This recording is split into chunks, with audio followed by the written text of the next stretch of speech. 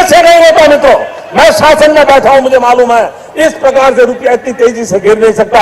अरे नेपाल का रुपया नहीं गिरता है, बांग्लादेश की करेंसी नहीं गिरती है, पाकिस्तान की करेंसी नहीं गिरती, श्रीलंका की करेंसी नहीं गिरती। क्या कारण है हिंदुस्तान का रुपया पतला होता जा रहा है? ये जवाब देना पड़ेगा आपको। देश आपसे जवाब मांग रहा है। दोस्तों नमस्कार। देश तो अब भी जवाब मांग रहा है, क्योंकि मुख्यमंत्री रहते हुए देश के प्रधानमंत्री को पता था कि डॉलर के मुकाबले रुपया गिरता क्यों है। लेकिन प्रधानमंत्री बनने के बाद क्या वो नहीं जानते हैं कि डॉलर के मुकाबले रुपया गिर क्यों रहा है? वह भी भारत के तमाम प्रधानमंत्रियों के कालखंड में सबसे बुरी हालत रुपए की इसी दौर में क्यों हो गई है? अटल बिहारी वाजपेयी 5 बरस तक सत्ता में थे तो 3 रुपया डॉलर के मुकाबले गिरा था। मनमोहन सिंह 10 बरस तक थे तो 13 रुपया डॉलर के मुकाबले इन 10 वर्षों में गिरा। लेकिन अभी 8 बरस हुए हैं और 22 रुपया डॉलर के मुकाबले गिर चुका है। जिम्मेदार है कौन? और क्या वाकई इस देश की नीतियां फेल है, या एक ऐसी परिस्थिति इस देश के भीतर में बन चुकी है जहां पर कोई पूछने वाला नहीं है? क्योंकि इस देश के भीतर में सरकार का ऑडिट करने वाली संस्था सीएजी यानी कैग, वह भी कोई रिपोर्ट नहीं देती है। पार्लियामेंट भी आरबीआई से सवाल नहीं करती है कि इस देश में महंगाई बढ़ रही है तो आप नकेल कसने के लिए कौन से उपाय कर रहे हैं। ना आरबीआई जवाब देती है, ना कैग कोई रिपोर्ट फाइल करती है, और ना ही यह जानकारी निकल कर आती है कि इस देश के वित्त मंत्री हो या अर्थशास्त्रियों की टीम हो, उनके जहन में इस देश की इकोनॉमी को लेकर कौन से सवाल हैं। हमें लगता है कि आज उन परिस्थितियों को पलटने की कोशिश कीजिए, समझने की कोशिश कीजिए कि रुपए की कीमत डॉलर के मुकाबले गिरने की सबसे बड़ी वजह क्या वाकई अंतर्राष्ट्रीय तौर पर बढ़ता इन्फ्लेशन है, मंदी की आहट है, यूक्रेन रूस का युद्ध है, कोविड काल का संकट है, या फिर इस देश में विकास दर का नीचे जाना है? इस देश के भीतर में विकास को लेकर जो अलग अलग काम होने चाहिए पॉलिसीगत तरीके से, वह हो नहीं पाए। उत्पादन नीचे चला गया, हमारा एक्सपोर्ट जो है वो कम हो गया। इंपोर्ट की तुलना में एक्सपोर्ट बढ़ा जरूर है, लेकिन आयात की तुलना में निर्यात बहुत कम है, तो व्यापार घाटा लगातार बढ़ता चला जा रहा है। सवाल यह नहीं है कि अंतर्राष्ट्रीय बाजार में तेल की कीमत बढ़ती चली गई। इस कीमत में तो मनमोहन सिंह की सरकार भी क्रूड ऑयल खरीदा करती थी, लेकिन फिर भी डॉलर के मुकाबले रुपया इतना नहीं गिरा था और व्यापार घाटा इतना बढ़ा नहीं था। अगस्त 2021 तक इस देश के भीतर में व्यापार घाटा कभी भी 15 बिलियन डॉलर के पार नहीं गया। लेकिन उसके बाद ऐसी कौन सी स्थिति आ गई कि 20 बिलियन डॉलर हर महीने व्यापार घाटा होने लगा, और होते होते जून के महीने में यह 26 बिलियन डॉलर तक पहुंच गया। क्या वाकई इस देश में राजस्व को चूना लगाने की आर्थिक नीतियां अगर जिम्मेदार हो तो सरकार को जिम्मेदार नहीं माना जाना चाहिए? या यह कहा जाए कि कैग एक वक्त में जब अपनी रिपोर्ट बनाती थी तो उसी ने जिक्र किया था कि भारत में जो कोयले ब्लॉक्स का घोटाला और स्कैम हुआ है उससे लगभग 1,86,000 करोड़ का चूना इस देश को लग गया। फिर 2G स्कैम को याद कीजिए, कैग की रिपोर्ट कहती थी कि 1,76,000 करोड़ का घोटाला हो गया और स्कैम से भारत के राजस्व को घाटा पहुंच गया। अगर इन दोनों रकमों को भी जोड़ दीजिएगा तो तकरीबन 3.5 लाख करोड़ बनेंगे। लेकिन सिर्फ 3 महीने के भीतर यानी अप्रैल मई जून, इस 3 महीने के दौर में जो व्यापार घाटा है वह भी 3.5 लाख करोड़ के पार है।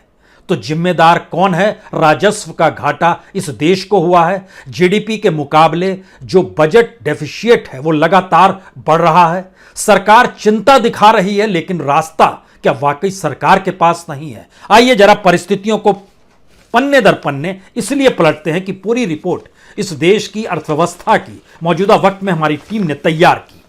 और अटल बिहारी वाजपेयी के दौर में यानी 98 से लेके 2004 तक 42 रुपए से 45 रुपए तक रुपए की कीमत डॉलर के मुकाबले पहुंची, यानी 3 रुपया बढ़ गया। उसमें डॉलर की कीमत और बढ़ गई। 2004 में मनमोहन सिंह आए, तब उनको मिला था 45 रुपया, यानी डॉलर के मुकाबले 45 रुपए कीमत थी।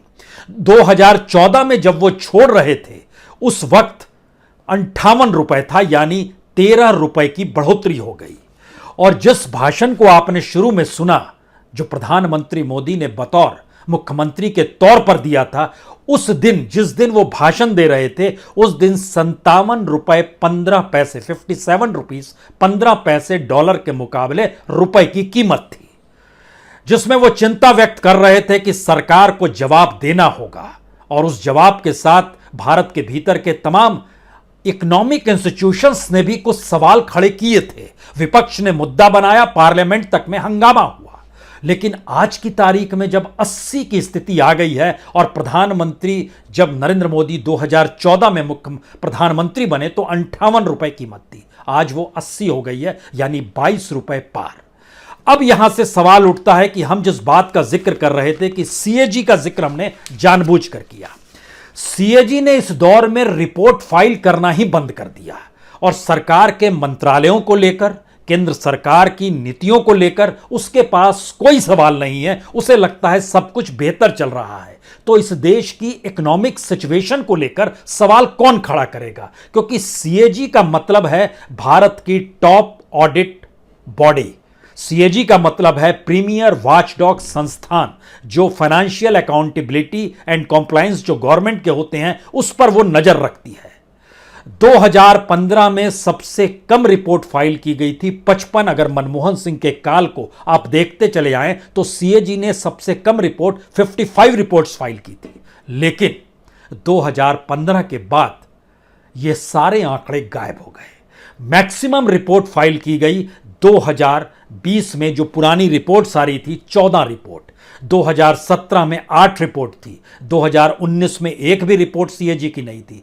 यानी पार्लियामेंट कोई सवाल सीएजी से नहीं करता है। इस देश के भीतर बढ़ती महंगाई पर नकेल क्यों नहीं है, जबकि आपकी थोक दर जो है वो 15% से लगातार पार बीते 3 महीनों से है। डबल डिजिट में ये लगातार बीते 8 महीनों से चल रही है, लेकिन कोई सवाल जवाब नहीं, जबकि कॉन्स्टिट्यूशनली आरबीआई को पार्लियामेंट में जवाब देना पड़ता है और पार्लियामेंट आरबीआई से जवाब मांगती है। ठप हो गई स्थिति। यानी सरकार जो भी पॉलिसी बनाए उस पॉलिसी को लेकर कोई सवाल इस देश के इंस्टीट्यूशंस नहीं कर सकते हैं या नहीं करते हैं। और जब कोई सवाल नहीं होता है तो जनता के भीतर वो पॉलिटिक्स नहीं जा पाती है जो पार्लियामेंट से निकली हुई। और इस देश की डेमोक्रेसी के तहत सवाल हो कि इस देश को क्या मुश्किल आने वाले वक्त में होने वाली है। जो वजह बताई जाती है कि हम क्यों इस परिस्थिति में आ गए, कहा गया कच्चे तेल की कीमत अंतर्राष्ट्रीय बाजार में बढ़ती चली गई, डॉलर मजबूत था, रुपया कम होना ही था। घरेलू विकास वीक है, उत्पादन कम है, सरकार इस पर खामोश रहती है। आयात बढ़ रहा है और आयात उन सामानों का बढ़ रहा है जो पहले नहीं मंगाते थे। यानी कोयला तक की आयात की परिस्थिति अगर इस देश में पैदा हो गई, और इस दौर में खास तौर से जो सिल्वर और गोल्ड है उसका भी आयात हो रहा है, वह भी तो डॉलर की शक्ल में बाहर जा रहा है। और रिजर्व, इसीलिए जो फॉरेन करेंसी का रिजर्व था वो घटते घटते 1 जुलाई को आरबीआई ने जो डाटा दिया वो 588 बिलियन डॉलर तक आ गया, जो एक वक्त 634-35 बिलियन डॉलर तक था। यानी भारत के भीतर डॉलर की कमी और अंतर्राष्ट्रीय बाजार में डॉलर की मांग, डॉलर के मुकाबले रुपए की मांग का ना होना, इसका असर सीधे सीधे उन निवेशकों पर पड़ा जो विदेश से भारत में डॉलर लगाते हैं। उन्होंने हाथ खींचने शुरू कर दिए और जानकारी निकल कर आई कि सिर्फ एक दिन, यानी कल के दिन जब 80 रुपए जैसे ही पार किया डॉलर, वैसे ही विदेशी निवेशकों ने सिर्फ एक दिन के 4 घंटों के भीतर 2,840 करोड़ रुपए एक झटके में निकाल लिए। इस बरस वो लगभग 3 लाख करोड़ रुपया निकाल चुके हैं। जिम्मेदारी किसकी होगी? आईएमएफ ने चेतावनी दे दी है कि आईएमएफ की एमडी हैं क्रिस्टीना जॉर्जिवा, उन्होंने कहा है कि 2022 मुश्किल है, लेकिन 2023 भी आसान नहीं, और ज्यादा मुश्किल है और गरीबों के लिए बेहद मुश्किल वक्त है। और चंद दिनों पहले यूनाइटेड नेशन ने जब रिपोर्ट बताई कि दुनिया में कितने गरीब और भूखे हैं, उसमें भारत टॉप नंबर पर 22 करोड़ लोगों के साथ था और दुनिया भर में यह तकरीबन 68 से 70 करोड़ लोगों में 22 करोड़ भारत के ही लोग हैं। तो भारत के सामने कैसी स्थिति आने वाली है, कोई माथे पर शिकन नजर आती है इस दौर में, या पॉलिसी फेल है? पॉलिसी का जिक्र हम इसलिए जानबूझ के करना चाहते हैं क्योंकि मेक इन इंडिया इसी दौर में नारा निकल कर आया, आत्मनिर्भर भारत इसी दौर में निकल कर आया। लेकिन क्या यह शिगुफा है, प्रचार है? क्योंकि उसके प्रचार पर भी करोड़ों रुपए फूंके गए। और जमीनी सच यह है कि हम लगातार व्यापार घाटे में, आयात का सामान वह सामान बढ़ रहा है जो इससे पहले भारत के भीतर उत्पादन जिसका करते थे। जिम्मेदारी किसकी होगी? जिम्मेदारी कोई लेने को तैयार नहीं है। कहा जा रहा है कि दरअसल मंदी आ रही है और दुनिया के बाजार में देखिए कितनी बड़ी तादाद में अमेरिका परेशान है, यूके परेशान है, ऑस्ट्रेलिया परेशान है, पूरा यूरोप परेशान है, यूरो की रकम भी तो नीचे जा रही है। ये सारी बातों का जिक्र हो रहा है। लेकिन इस स्थिति में भारत जो भूखमरी की परिस्थितियों के साथ और न्यूनतम जरूरतों के साथ आकर खड़ा हो गया है, उसमें जब आरबीआई के पास भी कोई ऐसा रास्ता नहीं निकल कर आ रहा है जहां बोझ जनता पे ना पड़ने दिया जाए, यह रास्ता उसके पास नहीं है। दुनिया के भीतर तमाम सेंट्रल बैंक उपाय कर रहे हैं, वह वहां पर जो पैसा दे रहा है उसमें इंटरेस्ट लगातार बढ़ा रहे हैं। उन परिस्थितियों को फिर छोड़ दीजिए, क्योंकि इस दौर में जो थोक महंगाई दर का जो हम 15% का जिक्र कर रहे थे, क्या कल्पना कर सकते हैं कि जून के महीने में जब डॉलर के मुकाबले रुपया 78-79 रुपए के भीतर में चल रहा था, अब तो 80 के लगभग आकर खड़ा हो गया और 80 पार कर गया।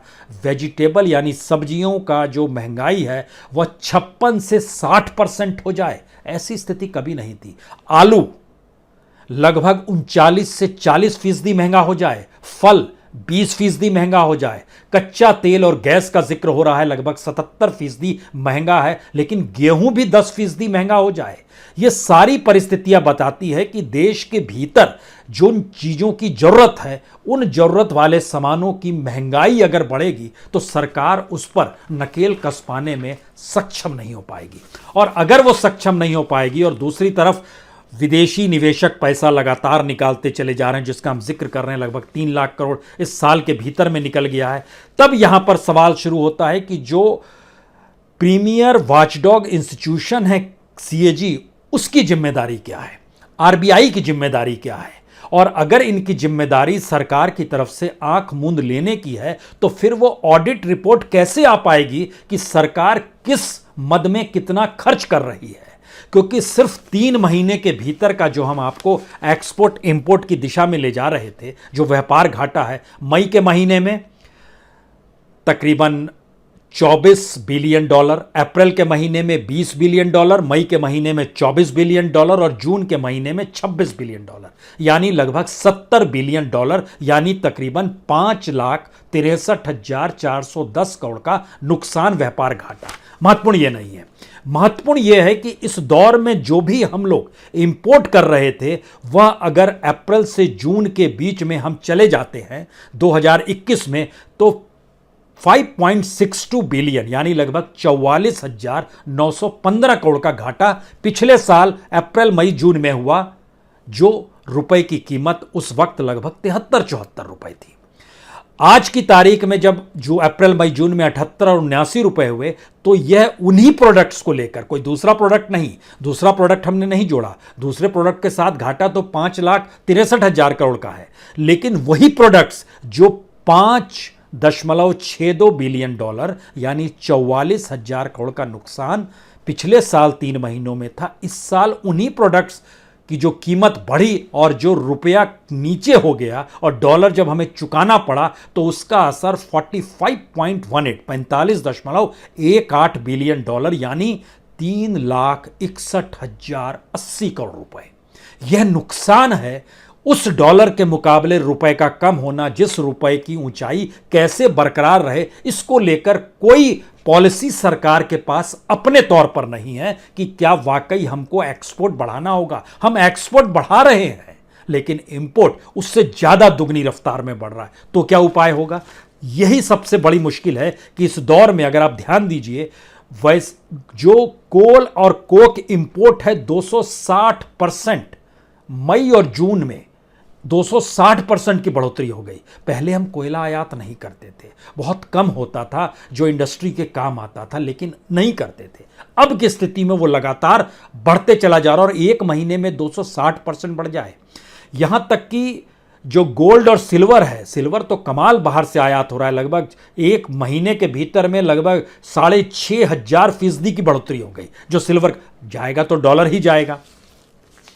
अब यहां पर है कि सरकार के पास अगर कोई पॉलिसी नहीं है, और आईएमएफ भी अब चेताने की परिस्थिति में आ गया है कि संकट बढ़ा, और आईएमएफ तो यह भी कर रहा है कि भारत को, वो उसने भारत का नाम नहीं लिया लेकिन यह कहा कि दुनिया के बाजार में अनाज पर प्रतिबंध मत लगाइए, बैन मत लगाइए, क्योंकि स्थितियां बहुत नाजुक होने वाली है। और अगर ऐसी स्थिति भूखमरी की दुनिया के सामने 2022-23 में आएगी तो उसका सबसे ज़्यादा असर गरीब और विकासशील देशों पर पड़ेगा, जहां पर गरीबों की तादाद है। एक सिस्टमेटिक तरीके से चीजों को डेवलप कीजिए, आईएमएफ कह रहा है। भारत ने प्रतिबंध इसलिए लगाया क्योंकि भारत अपने तौर पर खिला पाने में सक्षम नहीं था। अब आप देखिए, जो पॉलिसी की वजह से चीजें डेवलप होती हैं उसमें कुछ चीजों को और लिया जाए। जैसे एलआईसी का वैल्यूएशन इस दौर में 40,000 करोड़ रुपया कम हो गया शेयर बाजार में बैठे बैठे हुए।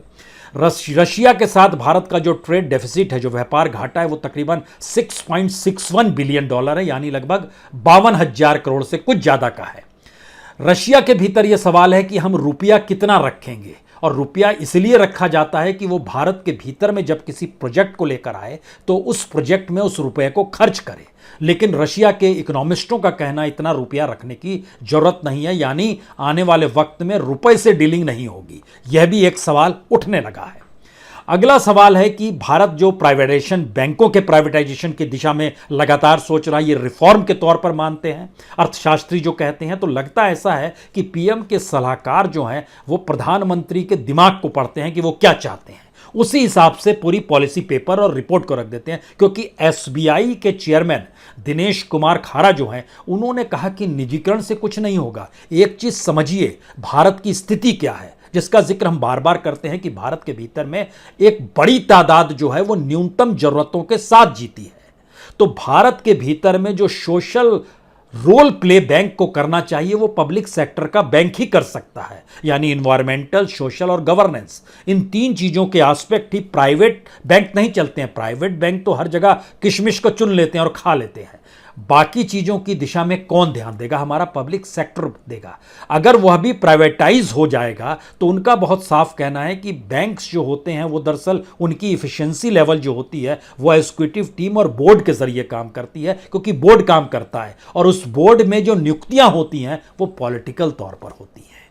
इस दौर में, यानी मोदी काल के भीतर में जो नियुक्तियां होती हैं बोर्ड में, एग्जीक्यूटिव तौर पर जो नियुक्तियां होती हैं वो पॉलिटिकल एस्पेक्ट से होती है, और वही लोग जो एनपीए बढ़ता है उसकी जिम्मेदार हैं, क्योंकि राजनीति अपने तौर पर कहती है इनको पैसा दे दीजिए, वो देते हैं। यानी ध्यान दीजिए पॉलिसी कैसे इस देश में चल रही है और किस तरीके से चीजें, एलआईसी जैसी संस्था घाटे में 40,000 करोड़ के, बैंकों की परिस्थिति में एसबीआई के चेयरमैन को कहना पड़ा ये सलाह ठीक नहीं है, तो अर्थशास्त्री क्या कर रहा है, आईएमएफ अपने तौर पर चेता रहा है, वर्ल्ड बैंक का कहना है कि दुनिया में इस रूप में कितना पैसा दिया जा सकता है, हमारा थोक और खुदरा महंगाई दर। अगर खुदरा महंगाई दर को भी देखें तो हम ताल नहीं ठोक सकते हैं कि अमेरिका में 9.1 हो गया है, ब्रिटेन में 9.1 हो गया है, रशिया में तो युद्ध के पीरियड में लगभग 15-16% हो गया है वहां पर जो खुदरा महंगाई दर है, जर्मनी में 8.2 हो गया है, और भारत में तो 7.1 ही है।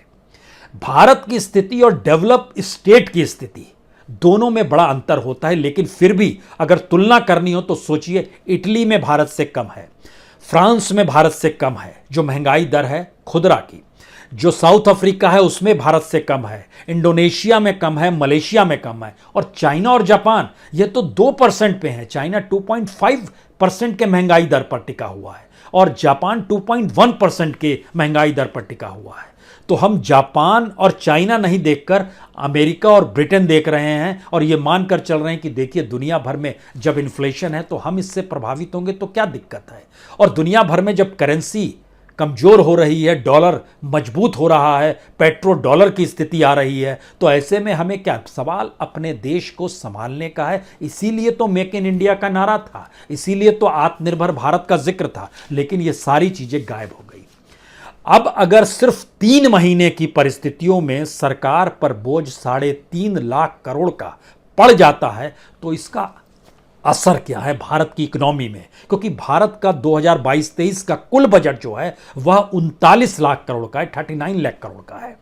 और अगर आप 3.5 लाख करोड़ का असर देखना चाहते हैं तो इस बात से देख लीजिए कि जितनी भी सेंट्रल स्कीम है, यानी उसमें नेशनल एजुकेशन मिशन है, प्रधानमंत्री आवास योजना है, मनरेगा है, हेल्थ मिशन है, ग्राम सड़क योजना है प्रधानमंत्री की, अमृत या फिर जो स्मार्ट सिटीज प्रोग्राम है, प्रधानमंत्री की जो मिड डे मील थी उसके अब पोषण नाम दे दिया गया है, या नेशनल रूरल वाटर स्कीम है, सारी चीज़ों को जब आप जोड़ना शुरू करेंगे तो पता चलेगा जो हमने नाम लिया वो सारे नामों के साथ 3 लाख करोड़ का ही खर्चा निकल कर आएगा। और अगर सारी स्कीम उसमें शामिल कर देंगे जो डायरेक्ट बेनिफिट ट्रांसफर तक किया जाता है, कुल बजट पे बोझ पड़ता है 4,42,000 करोड़ का।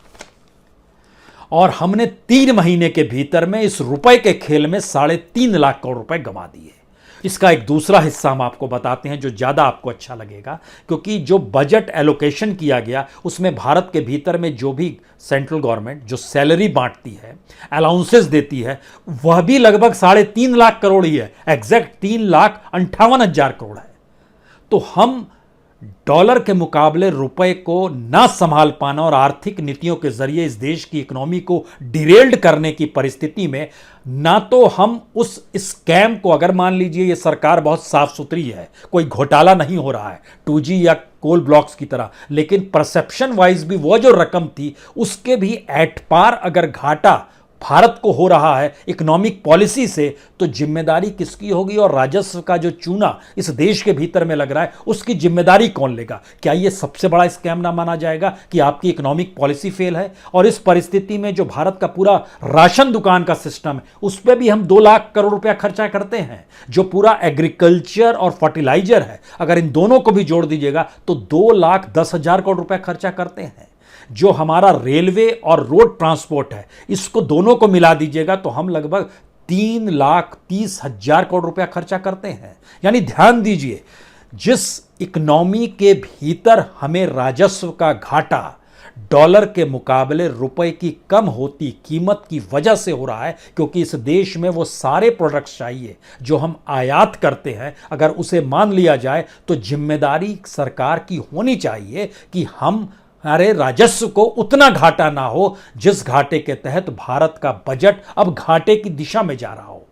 फाइनेंस मिनिस्टर ने चिंता व्यक्त की है। चिंता व्यक्त करने से नहीं होगा, पॉलिसी, इकोनॉमिस्टों की राय क्या है? उन इकोनॉमिस्टों को क्या ये कहा जाता है कि आप स्वतंत्र हैं?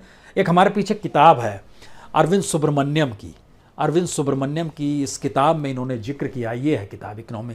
जब ये भारत के सलाहकार बने, अरुण जेटली के करीब थे और भारत के सलाहकार बने अर्थव्यवस्था के, इन्होंने 2 बातों पर बड़ा गौर किया। इनका कहना है कि जो देश में सरकार चल रही है वो सरकार इस रूप में चलती है कि वो डाटा लेकर पहले आती है, उसके बाद बोलती है इस डाटा के अनुकूल आप फिलॉसफी को रच दीजिए और ये पॉलिटिकल तौर पर हमको लाभ देगा, इकोनॉमी हम संभाल लेंगे। इन्हें इस बात पर भी आश्चर्य था कि वो अपने कमरे में बैठे थे और नोटबंदी हो गई और पता ही नहीं चला, जैसे देश किसी युद्ध की दिशा में चला गया या इमरजेंसी लग गई। क्यों ऐसी स्थिति आई? जीएसटी को लेकर भी इन्होंने सवाल किया कि जिस लिहाज से जीएसटी में अलग अलग स्लैब है, ये किस लिए बनाए गए। इस बात को भी लेकर सवाल किया कि जो भारत का फेडरल सिस्टम है, उस फेडरल सिस्टम में स्टेट की भूमिका और सेंटर की भूमिका, और स्टेट का ऊपर ओवरलैप करना सेंटर की पॉलिसी, वह भी पॉलिटिकल तरीके से, इसके क्या मतलब है? 3 बात आखिर में। भारत जिन आर्थिक परिस्थितियों से गुजर रहा है उसकी जिम्मेदारी किसकी होगी? पहला सवाल। दूसरा सवाल, जो राजस्व का घाटा लगातार भारत के भीतर हो रहा है, अलग अलग मिनिस्ट्रीज का जो काम है उस पर अगर सीएजी कोई रिपोर्ट नहीं देती है, जिसका काम है रिपोर्ट देना, तो फिर जिम्मेदारी किसकी होगी? और आरबीआई जो इस देश के भीतर में महंगाई, जिसका काम ही है महंगाई को नकेल कसना, उस महंगाई को भारत की जनता के अनुकूल लाना जिससे बैंक से मिलने वाला इंटरेस्ट कम से कम उस महंगाई के ज़्यादा हो, लेकिन हम उसमें भी फेल हो गए, तो जिम्मेदारी किसकी होगी? जिम्मेदारी पार्लियामेंट की होगी। और पार्लियामेंट अगर अपने तौर पर इस रूप में चल रहा हो कि जिसका बहुमत हो उसी के हिसाब से स्पीकर काम करेंगे और स्पीकर उसी लिहाज से पार्लियामेंट की रूल रूलिंग देंगे और उसी लिहाज से देश चलेगा, तो जिम्मेदारी किसकी होगी?